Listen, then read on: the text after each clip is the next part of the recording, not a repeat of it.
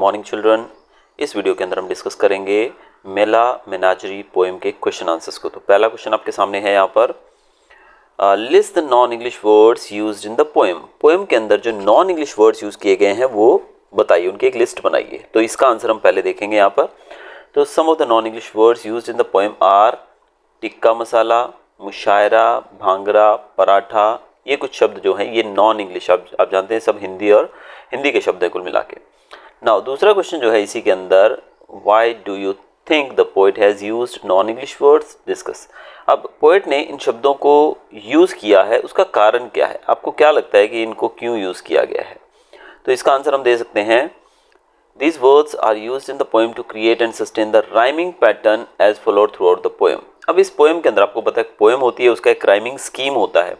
तो इसकी जो राइमिंग पैटर्न है, राइमिंग स्कीम है, उसको बरकरार रखने के लिए, उसको बनाए रखने के लिए इन नॉन इंग्लिश वर्ड्स का यूज़ किया गया। एग्जाम्पल के तौर पे आप देख सकते हैं, मेला जो शब्द है वो टिक्का मसाला के साथ राइम करता है। कोबरा, मुशायरा, ये भी राइमिंग वर्ड्स है, कोबरा के साथ मुशायरा का। दूसरा क्वेश्चन जो आपका है आपकी बुक के अंदर वो है, during the mela animals are involve in variety of activities, match the animals in column A to their activities listed in column B. अब एनिमल्स का यहाँ पर नाम दिया गया है काफ़ी सारे जिनके बारे में पोएम है, और उसमें हमें बताया गया है कि हर एक जो एनिमल है उसकी एक पर्टिकुलर एक्टिविटी भी बताई गई है।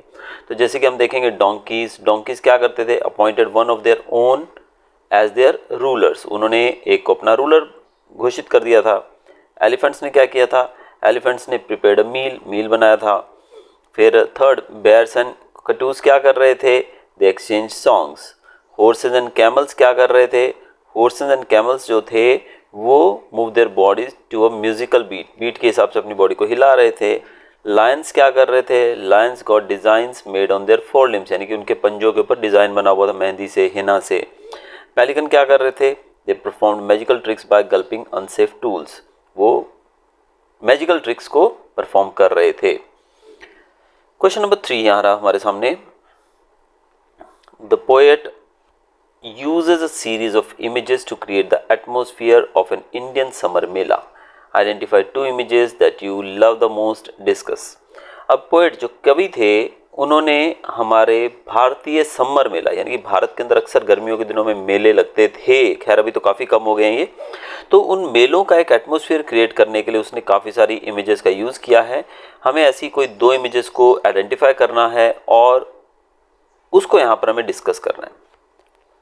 तो इसमें वैसे तो बहुत कुछ है, लेकिन आप लोग न्यू जनरेशन के बच्चे हैं तो आप लोग मेले में तो कहाँ ही गए होंगे। हमारे यहाँ जो मेले लगते हैं वो काफ़ी मॉडर्न हो चुके हैं अब, लेकिन पहले समय में जो गांव में मेले जिस प्रकार से लगते थे उनसे हमें काफ़ी जानकारी मिलती है। तो चलिए कोई आंसर देखते हैं इसका।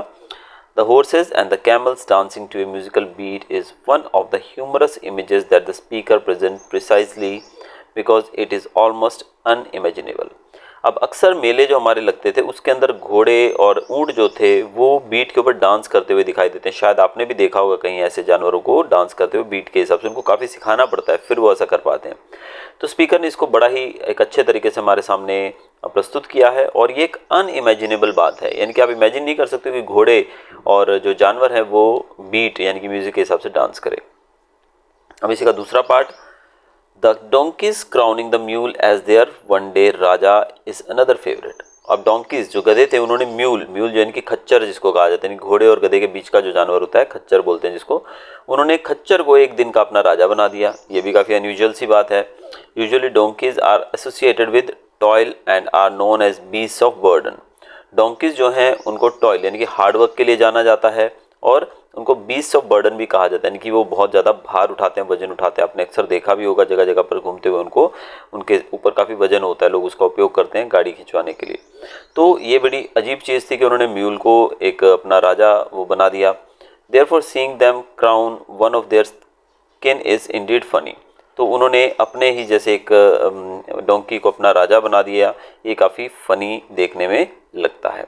तो ये था हमारा वीडियो बच्चों आज का, और अगर आपको वीडियो अच्छा लगा हो तो चैनल को सब्सक्राइब तो कर ही दीजिएगा।